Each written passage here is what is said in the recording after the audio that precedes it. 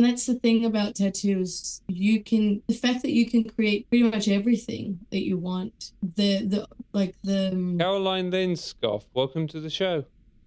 Thank you so much.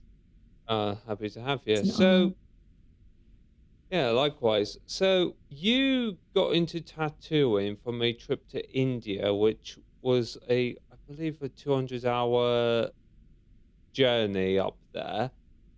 Yes. And you Well done. decided, yeah, and you decided to go get a tattoo. What was it about getting that tattoo, which, in your words, and from what I've been able to find about you, it connected you spiritually to the practice? Yeah, so when I was a kid, my dad would always, if I had trouble sleeping, he would always tell me to recite a little mantra, and I didn't know it was Sanskrit.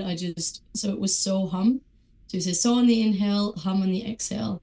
And I just kept saying that, throughout my childhood. And then going to India to do my yoga teacher training, I had a friend that I met there, and she said, "Oh, let's get matching tattoos." I was like, "Okay, I want to get this thing." And then it turned out that so she got something else. I got my own, but it turned out that it was actually Sanskrit and that it was a mantra that we used during the course. So even though I've always, now obviously I don't hate tattoos, but at the time I didn't like them at all. But it just felt like the right thing to get as my first, and then it all just went perfectly. Sounds like a bit of a, I don't want to say odd career choice, but what I mean, where I'm going with it is you get your tattoo, and then I've heard it's quite common with people who get tattoos in general, not just artists, where they get the one, then they go get the next, and then the next, and next. You had that, didn't Yes. you? Yes. I was very much not a fan of tattoos at all, which is definitely due to my upbringing with my real dad being a politician, and my stepdad being a police officer. So I've always been, raised with the sort of the notion of tattoos being dirty or, just not being for people in like the higher ranks of society. And then when I went to India, I think it's just that first time traveling alone, I realized that I can do what I want. And it's very tiny. And then I thought I was just going to get that one, but then now I work with tattoos full time. So, I just want to ask real quick, was getting you tattoos a form of rebellion, like you says, with your dad being the politician, your stepdad being the police officer? It's almost like a up yours, I'm gonna get tattoo, well, just covered in them. Oh, yeah. okay. Yeah, it's when you get the first ones, it's like they're really meaningful, which all of the tattoos that I have, I use actively in my practice. But now it's almost, nice when I go home and visit my family and they think that, like, oh, you've gotten too many now. Like, yes. Let me get some more. So, to get back on track, you combine spirituality into your tattoo work. Why did you decide to go down that route? And is that partly why you chose the fine line tattoo style? Because it does it connect to that, or is it just something that you adopted to incorporate your spirituality into your tattooing? Well, ever since I started, like, I never thought I was going to be a tattoo artist at all. It was never in the cards for me, and it was never something that I had even thought about doing. But I knew that when I discovered like the path of yoga and spirituality, that I had to do something that combined that and then something else that where I could travel and I could be creative. I've always been very creative with everything. And then when tattooing came up, it was like perfect, like I could mesh them. And then I started tattooing and I was like, how can I incorporate spirituality even more? And that's when I realized, when I started my journey with astrology and numerology, thought, what a perfect way to mesh this in and create this, little bubble of delicate tattoos. And the fine line aspect came, which is really odd because, for myself, I like it to be like thick and bold. But it was sort of this feeling that everyone not everyone maybe, but the older generations, they think that if you get a tattoo, it has to be big and thick and bold and all of this stuff. So sort of going against that and saying it can be delicate and timeless and fit everyone, depending on culture and clothing style, expression style. So the fine line was really just, yeah, a little. I think I realized I wanted to do fine line pretty quickly. Because, even though I want to get thick stuff myself and bold lines and, very heavy black work, when it's other clients, I'm like, it has to be delicate. And it fits with the girls. I mostly tattoo women. So that's the style that most women want. Yeah. A bit contradictory. I get why, but you know what I mean. It's like I want this thing, but you lot have that like rules. Yeah, it does a bit. It's like rules for me, well, rules for thee, well, rules for thee, and different ones for. You know where I'm Yeah, I know going what you with this. mean. Yeah, I it's know what gone you out of my mean. head. Yeah, I think it's the expression. Like I love working with the delicate lines when it's me. I love to see like it's almost a little competition I have with myself. Like how thin and small can I get it? Like how delicate can it be? But yeah, for myself, it has to be very like very expressive in a different way. Since would it be fair to say that you picked a niche with spirituality, or I don't know, is it? Oh, okay, because I was gonna then backtrack myself and say, but that's quite a big of a broader topic. So, what do you typically tattoo on people then? Because I know you tend to tailor it to the person, and Yeah. since everyone's basically different, what are your most common tattoos then for a very diverse clientele? For sure, my ornamental designs. So yeah, like ornaments where I include the astrology and numerology. Like you see my like the mandalas that I do. And I also do quite a bit of like scripts, a lot of scripts. I have quite so most of my clients come to me because they're going through something. A lot of clients, that tattoo artists have come to them because, they've experienced loss or they're going through something that they want to remember forever. But most of my clients, I would say primarily have lost someone. So they've had someone in their immediate family pass away, or they've gone through something like really personal and hectic.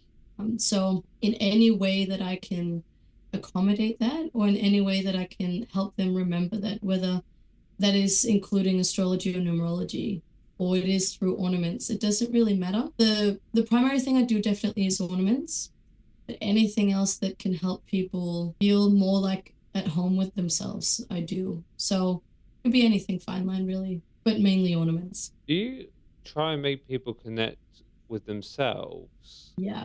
Yeah, I think for me, when I got my first tattoo, it felt so rushed. They didn't really listen to me. And I realized that through talking to a lot of my clients and, random people that I meet on the streets, a lot of people find that it's a common thing that they just feel like a number when getting a tattoo. So I find that when getting a tattoo, the final product is 50% of the result, but the experience is also really important. It's, 50% as well.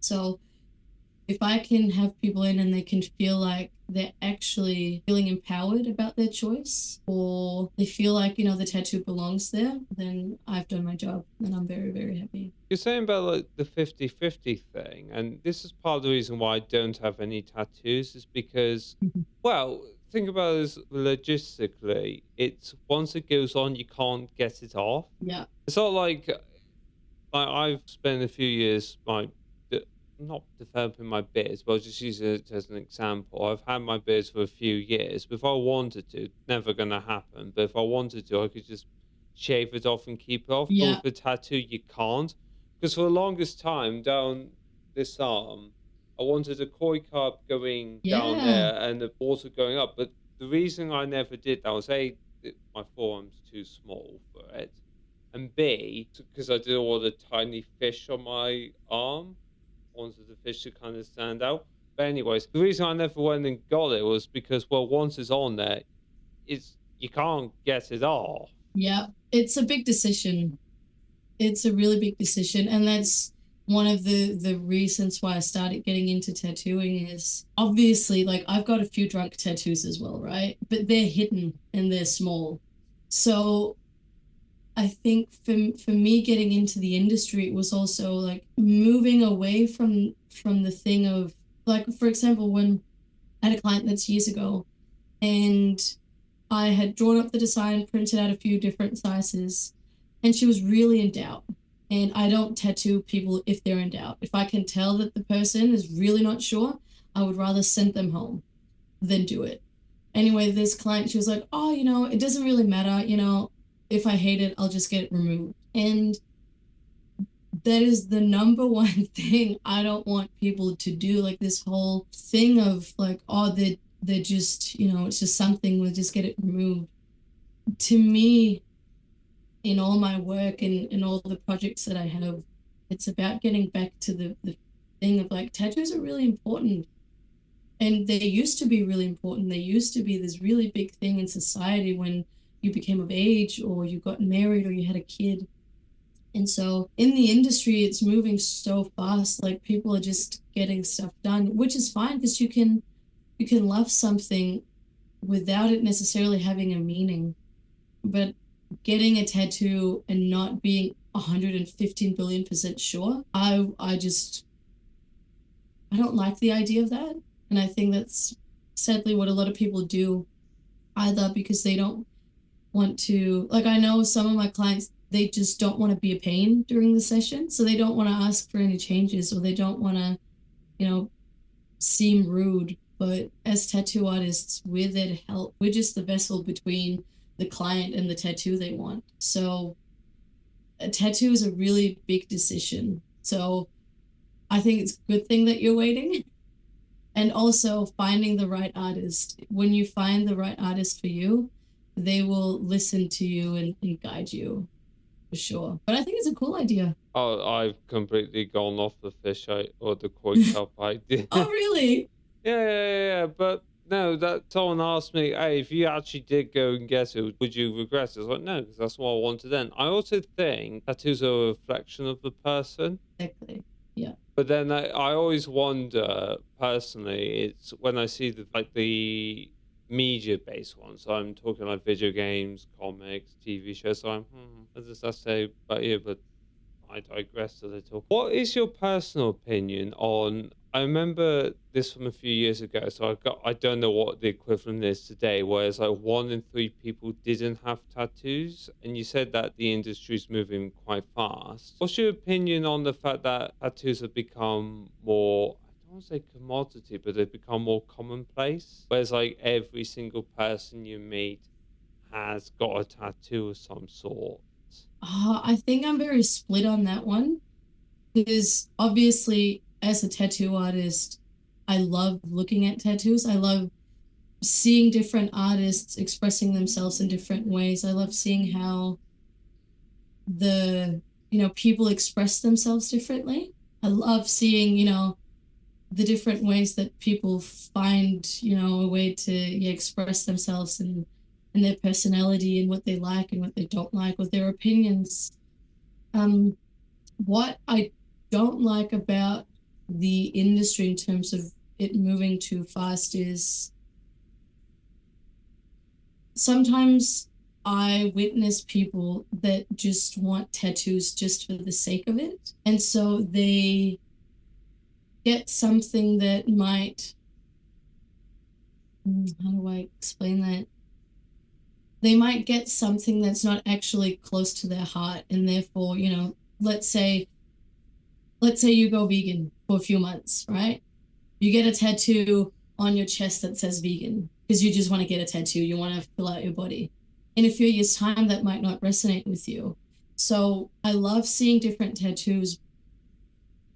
And I also think that I'm witnessing people getting tattoos just for the sake of it, where we've sort of forgotten how meaningful tattoos actually are.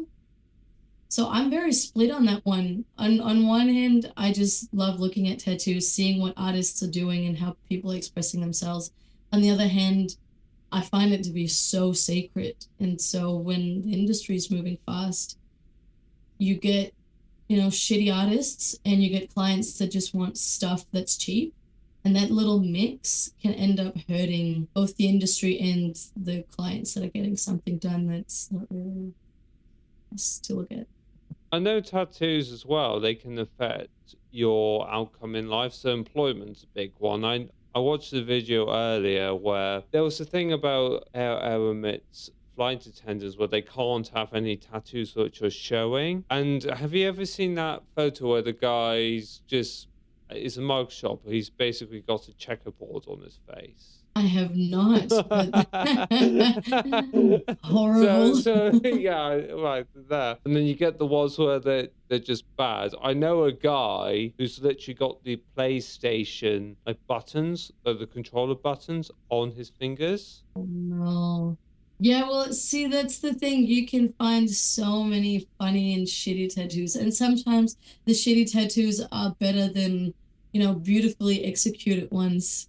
I just wouldn't want that on my body, but each to their own. Well, again, placement's important. It's a good rule of thumb for people to don't put a back tattoo on, get one, and then go Japan because of Yeah. Yakuza. Yeah, that's a big one. But see, that's the thing with different cultures as well to know. For example, in Denmark, where I'm from, I would say it's almost more normal to have a tattoo than to not have one. And I think it's the same in Australia. I don't know, but every person I talk to, even if it's the tiniest dot somewhere, a lot of people have tattoos nowadays. And it's just really important to know different cultures and how it can affect if you're traveling or if you've got a specific job that you really want to get. So knowing that even though tattoos are very common, it's not everywhere that they're welcomed. And so you sort of have to think about the consequences ahead of time and then know, like, for example, me, I'm getting my whole body done, right? Now, that's a really big piece and it will limit me in some ways. If I, for example, were to want to be a flight attendant, that would not happen, but I wouldn't be allowed to have my tattoos in that way. So you have to weigh up and think I'm always going to be self-employed, hopefully, so it doesn't really matter for me, and especially I'm in the tattoo industry, so it doesn't really matter how many I have. But 18-year-olds getting their hands done or like their neck done, you cut off a lot of opportunities for yourself. So definitely getting a tattoo is a big thing. If it's fun tattoos, put them somewhere where no one can see them in case you want to be a lawyer someday. Yeah, because I know that's something Andrew Huberman does. He's literally just covers all his tattoos up because I can't remember the reason, but I know he does that. But the other problem you've got with tattoos is it might be acceptable in your country, but not with certain people. The first ones that came to mind were gangs, especially in America. I mean, oh my word. You see some of their tattoos, you think, oh, very weird. No problem. Exactly. And the expression piece of it, because let's say you've got a lot of rappers or whoever that might be that within certain demographics they would look up to these people, and so they don't realize what the tattoos actually mean in different cultures. Because there's a great example is in Hinduism. Can't remember what it's called, but it looks like the swastika. So essentially, it's like it looks like a swastika, yeah, but it's more symbolizing like peace and harmony and stuff. But because it looks a tiny bit like the swastika, it just doesn't have those extra ends. Even if you're in India, and it might be the most common symbol, and it might be, don't quote me, but symbolizing prosperity and safety and health and bliss and all that stuff. If you were to take that tattoo and you were to wear it in, I don't know, Berlin, or somewhere else out in the world, it wouldn't be received that well. And that's the same thing with tiny symbols. You can have so many, like 666 in some cultures means redirection and cosmic prosperity, but in others it's like the devil. So you have to be very mindful that what you're getting, looking up on the history of it, looking up and see, could this affect any any opportunities for me is sometimes it will, for sure. Don't get the number 4 and go to China because that's basically number 13 if you're in the UK. I've heard that, yes. I saw a video on it a few days ago. So you see there's so many things that you don't know about. And also with, for example, traditional Japanese work, depending on which way the elements are flowing, it means a different thing. And yeah, and that's the thing in all cultures. I get so many, well, so many, not that many, but enough for me to notice a pattern of people wanting to get something from different cultures without actually necessarily knowing what it means. And sometimes people just want to copy a symbol because it looks nice, but they don't know what it actually holds in terms of meaning in different cultures. So yeah, tattoos can be beautiful, but definitely have a think. Do you actually know what you're getting tattooed? Do you know if this will limit you in terms of job opportunities or traveling or something? And then obviously get something done that you want to get done. But yeah. Yeah, because I know you tailor your tattoos to each person because of your spirituality. So how do you tailor the tattoos without going, "Oh, you want to go Jamaica? Well, don't can't have this because that will upset the local priest or something." No, I'm making a joke out of it, but that is actually a serious question. Where how do you tailor it so they can actually, go live their life without while still being true to them? Yeah. So what I do, and I actually haven't shared the process. I've been dabbling about whether to share exactly what I do or keep the mystery, but I'll do a little mix. So when a client messages me, they oftentimes tell me their story. So it could be they are going through, they've lost a loved one, or they're beginning a new cycle, anything, whatever their story is. Then usually they send some reference photos from my page of like, oh, I want a full back piece, or I want just a tiny one. And then what I do is I get their astrology chart and numerology chart. I look through it, and then depending on what they've told me, I'll link the different planets to their sign. Oh, sorry, to their tattoo.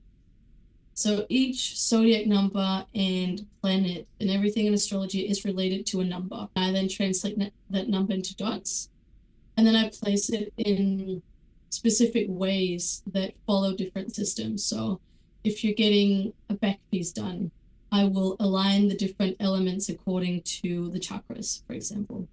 So every time you see dots in my designs, they most likely have a meaning. They're representing a planet, or just hold some sort of meaning.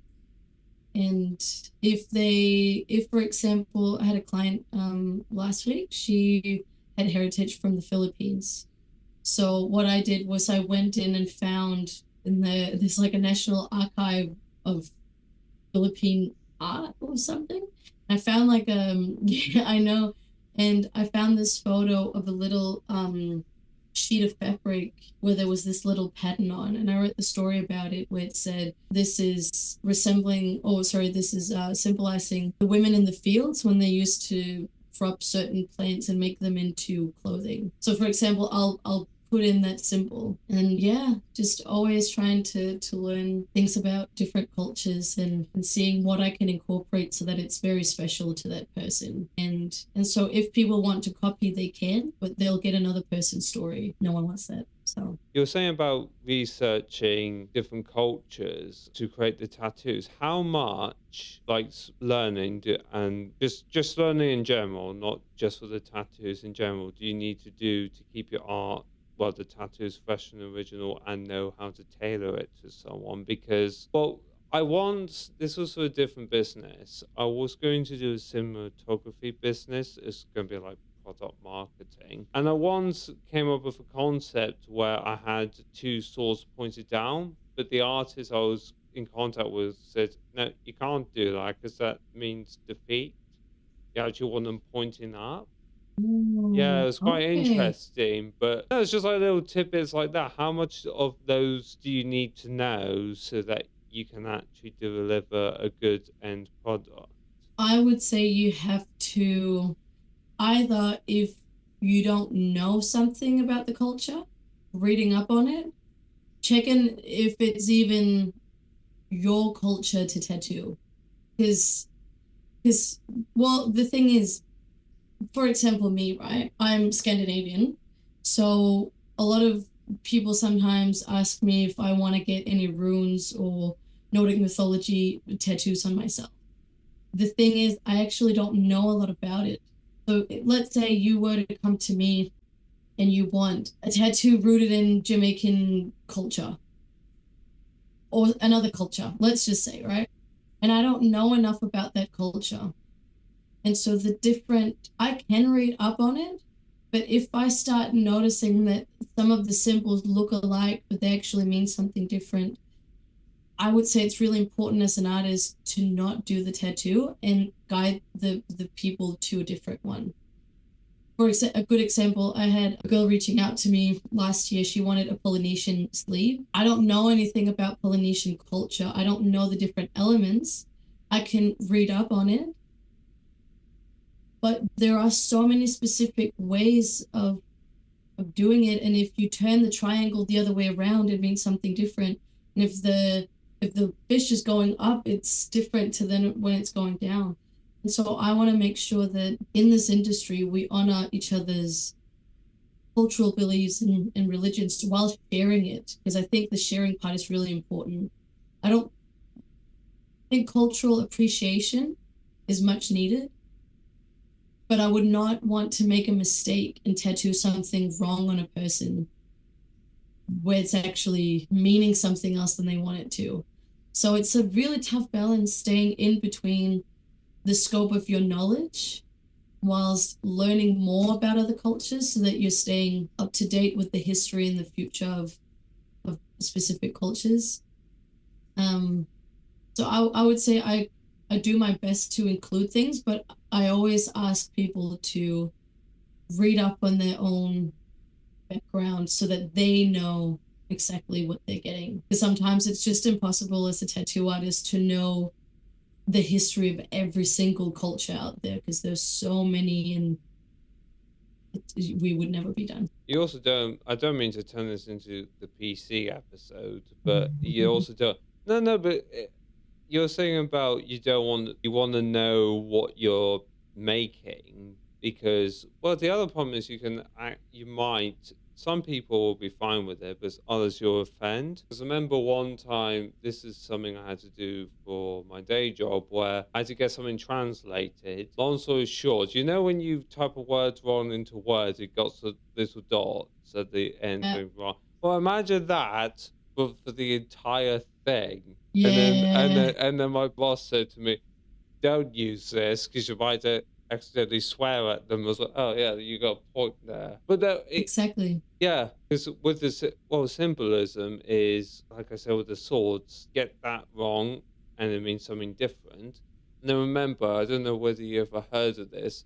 There's a guy I heard of a story, take it with a grain of salt, but apparently he got the word loser tattooed on him. Yeah, you could imagine There's the act. so many of those stories where Oh, go people get on. something done. Yeah. Go on. I want to hear a few because that's Well, I'm the, horrified. there's have you seen there's a YouTube channel. There's quite a few of them now where I think there's one for Japanese sayings and then one for Chinese ones Oh, I've where seen something similar. they're translating and it is just it's so wrong what people are getting. So that's what I mean. It's like if you're getting something, you need to make sure that what you're getting is actually, instead of it being victory, it says chicken legs, It's like that's a pretty epic fail. No, I did see one of those videos. I think that's what I was going to use. I think there was one which was something along the lines of Xbox board or something along those lines. Exactly. And it happens to so many people. Luckily, I haven't made a spelling error yet, but I always make people check it like 15 billion times. That is my biggest nightmare, to spell something wrong or do something like write something in a different language and it turns out to be wrong.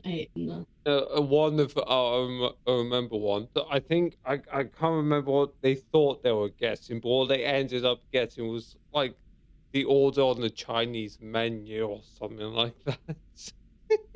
Yeah, you see that? Oh dear. You wouldn't want that. You wouldn't want that. You want to make sure that what you're getting is correct. Oh, I've got Victoria's though. You've literally got worm eggs. Yeah, I think the Chinese writing is still quite popular. Oh And the really? Japanese, yeah, yeah, really popular. Arabic as well. A lot of people want Arabic writing. No, I get the Arabic one because that's quite cursive and creative. Yeah. Chinese is quite straight lined, and Japanese is a bit mixture of both.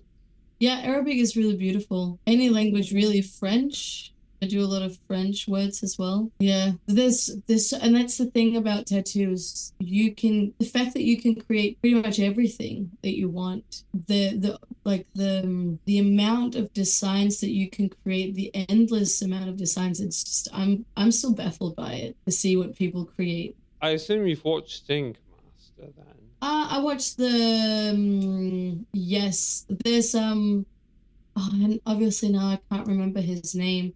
They've got a podcast called The Honest Tattooer. So it's the guys with the dreads. He's pretty cool. He was I think it was Ink Master, pretty sure. I've watched a few, and then the Tattoo of Us, I think, is quite, do you know that? Just So Think it's basic, Master. yeah, the Tattoo of Us is, I think it's a program from the UK, if I'm not, and it's essentially where you've got either, like, it's two people coming in, could be best friends, brother, sister, whatever, any sort of relation, and they think about a design that the other person should get. They get tattooed, and then they've got these goggles on, and then they have to stand in front of a mirror and then see it, and they are horrendous. Like, the tattoos that they give each other are just horrible. It's kind of So like the school bully situation where you're just mean for the sake of it. I think some of it, like, you wouldn't join that program if you're not in some sort of fight. Like, the ones, like, it could be something like getting a, oh, what's it, the last one I saw, he got like his friend had him get like a poop, like shit on his belly, Uh, because one time, like 5 years ago, he accidentally pooped while being drunk. So it's like, it's that sort of energy in that program. So that's, I would say, Ink Master, that season with that guy that has the Honest Tattooer podcast, and the Tattoo of Us. Those are the only programs I've seen. I can see what you mean with the. Oh, I went through this now. Yeah.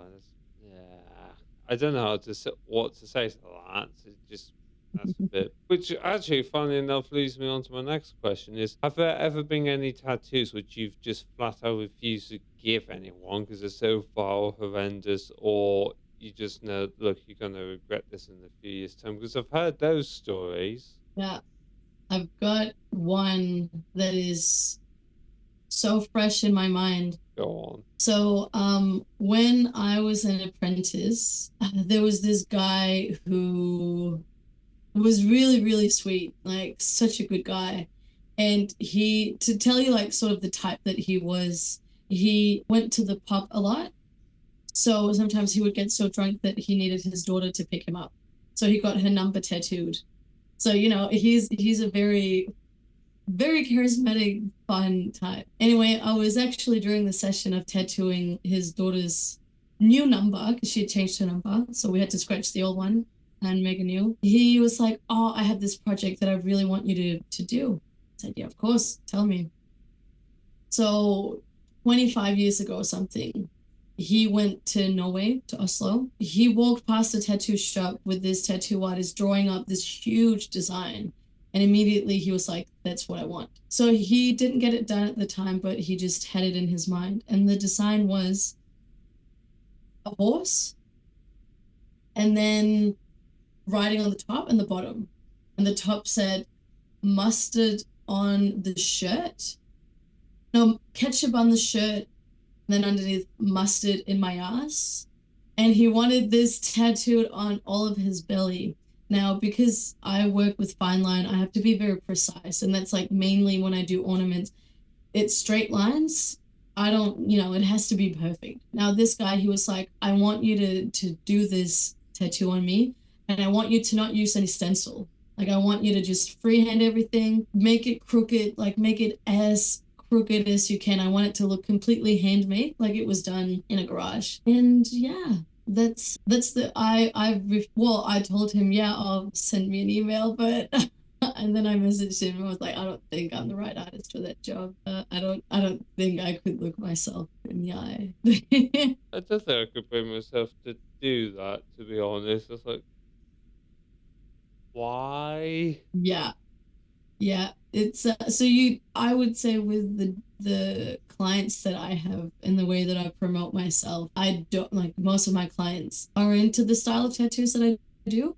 But I could imagine that more like traditional, old school tattoo artists would get some quite fun requests that might be a little bit different to the ones that I get. Oh boy, would they? Yeah, it's a different culture, and also the demographic too. Like most of my clients are like between like women between 25 to 45 maybe. It's like the main, so it's very rare that women that like are wanting a tattoo wants to get something done in the fine line style. Most of them are pretty sure on what they want, and they want it tiny. But yeah, traditional tattoo shops would definitely get some fun things to do. I didn't quite. That never crossed my mind where different tattoo styles and artists would get different clientele. But I suppose it makes sense because I mean you're the first person tattoo artist I've had on the show. But boy, have I been running around for the past nearly 2 years. But no, but that's I bring this up because every tattoo artist I come across always has their own style, or at least they've adopted a style and then made it as what they do. So what I mean by that is, oh, here's the artist that does Japanese. Here's the one that does a specific theme, like maybe animals or space, or I've not come across the latter. But you get where I'm going with this. And it never crossed my mind where, okay, that's naturally going to attract a type of person. I never thought, oh, they've got a style. Now everyone's going to go. No, that doesn't happen in any context. Yeah, and that's a big thing for me too. It's choosing the right artist for you, not just because you like their work, but because it's the style. So, for example, when you look at my page and the styles of tattoos that I do, the likelihood of me drawing up something that is completely different to my style is very tiny. So when you're going to an artist, you might like what they do, but if their style and what they do is completely off of what you want, they're not the right artist, in my personal opinion. You need to find someone where you can see a pattern of the same styles and colors or thickness. Like finding the right artist is for sure important, because we will always in some way adapt it to our style. We'll bring in elements that we like, whether that's in terms of the thickness of the lines or anything.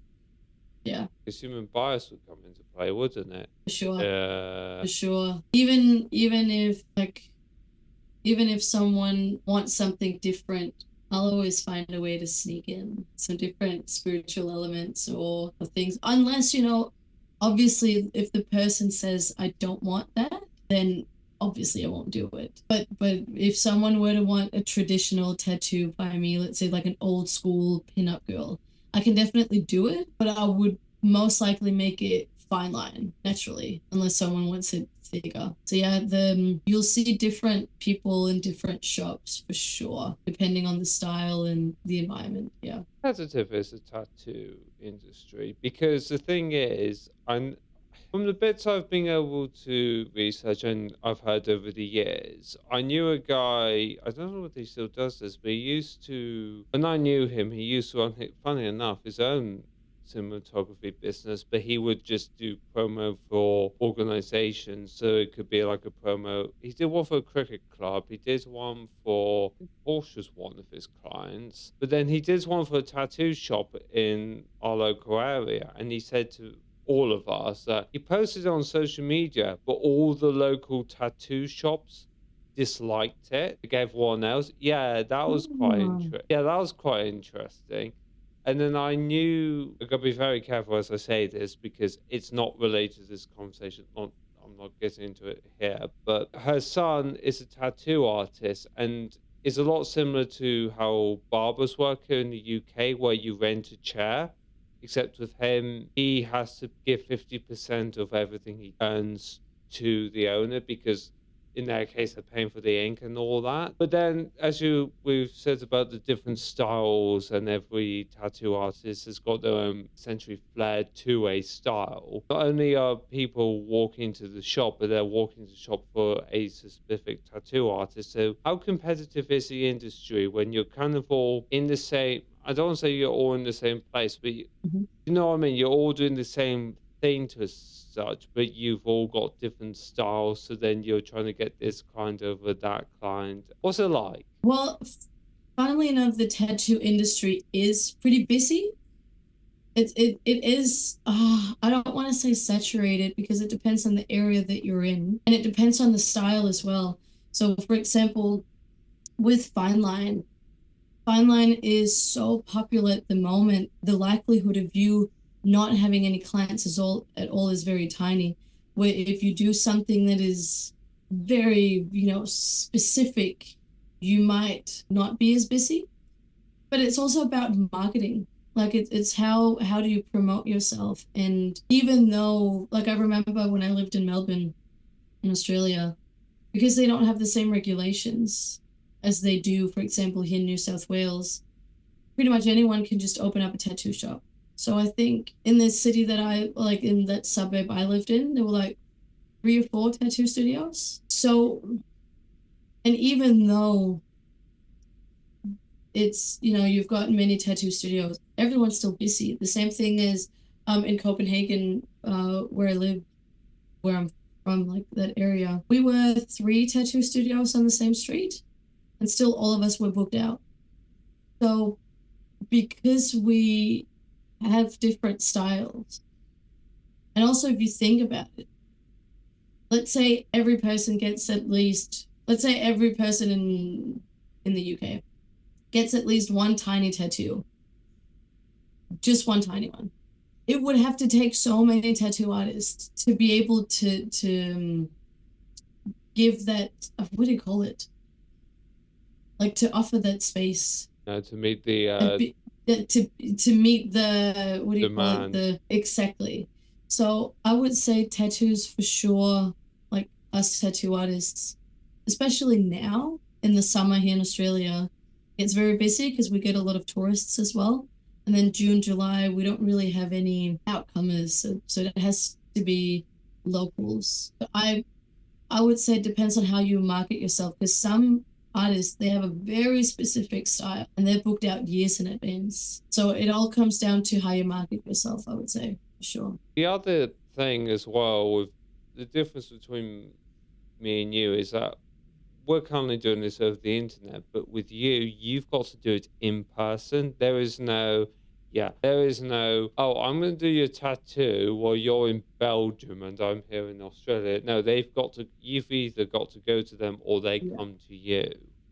There's Yeah, no middle exactly. ground there, but what we're doing now, there is a middle ground. It's over basically Wi-Fi. Yeah. Uh, Yeah, it's the tattoo industry is, which is why, tattoo artists, I think, are expanding a little bit in the way that they work or other ways of working within the industry. Because if COVID were to happen again, for example, what would any tattoo artist do?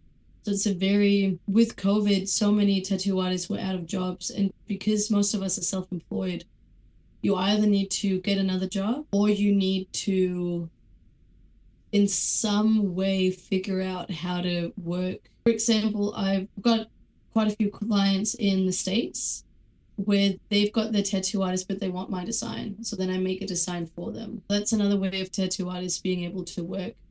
But yeah, if COVID were to happen again, it's for sure not a good industry to be a part of. yeah, that's the thing. Say what you will about the people who run multiple businesses and or have some stuff on the side, but at least in their context, if the main thing goes down, it's not going to completely shoot them in the foot. Yeah, for sure. Here's a question I kind of wanted to ask. Okay, it's a bit selfish on my part, but because you design every single tattoo to match the person. Just from our brief conversation, if I came to you and asked, "Hey, Caroline, can you do tattoo for me?" What would you do? That'd be interesting. No, this is gonna be interesting. Like the elements or the style or the process of making the tattoo. Good question. Okay, let's do the element and style. Because for me, my personal thing is I don't care about the process as long as it gets the end result. Because Yeah. and plus, there's multiple ways to get the said end result, so kind of a bit redundant in my opinion. Ooh, some elements. Well, obviously, I would include the astrology and numerology.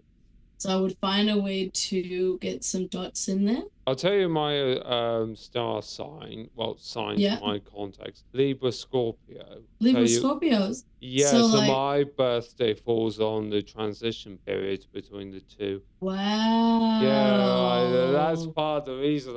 Yeah, okay. Because I know it's like the 19th to the 22nd of October. That's considered transition period. Yeah, you can figure out when my birthday is from that. Wow. Well, definitely. Then what I had in mind, because when you mentioned swords before, I would definitely say like I'm thinking more. Have you ever seen like tarot cards? Never had a reading, but I know what you're on about. So there's I know it's up you on my got shelf the there. three. I know there's the three swords where it represents harp. Yeah, so that's the one with the heart. So then there's the two of swords. So that's a person sitting with the swords like crossed over and they're blindfolded. Yeah. I would What is that? Remind me of the gods. Is it Nemesis who's a lot like see that? if I can put the so this is the traditional set. I've got quite a few. I've got quite a few of them. Let me see if I can find.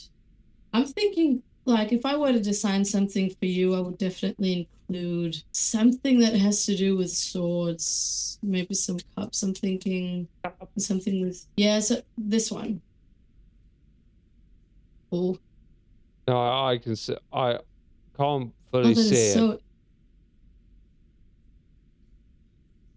there we go. There we are. Yeah. So this one. So some interpretation of this one I probably would do. But Sure about the yes, blindfold, but okay.